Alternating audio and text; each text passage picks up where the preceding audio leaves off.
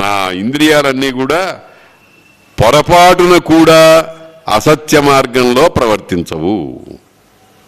బ్రహ్మదేవుడు అంటున్న మాట అది. అంటే దీన్ని మనం ఏ రకంగా తీసుకోవాలంటే, బ్రహ్మదేవుడు నిర్ణయించిన వాటిని, అందులో ఉండేటువంటి సారభూతమైనటువంటి విషయాలన్నింటినీ మనం జాగ్రత్తగా పట్టించుకుని మన ప్రవర్తనను దిద్దుకోవాలి.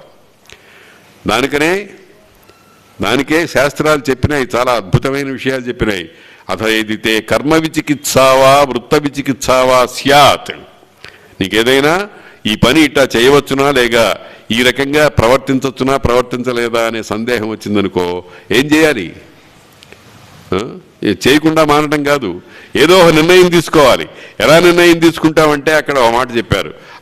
ఇంతకు ముందు ఇటువంటి సందేహం వచ్చినప్పుడు బ్రహ్మజ్ఞాన సంపన్నులైనటువంటి వాళ్ళు, యోగ్యత కలిగినటువంటి వాళ్ళు, కోపస్వభావము లేనటువంటి వాళ్ళు, ధర్మమునందే అంటిపెట్టుకుని ఉండగలిగినటువంటి వాళ్ళు ఏ రకంగా ప్రవర్తించారో ఆ రకంగా నువ్వు ప్రవర్తించు అని అన్నారు.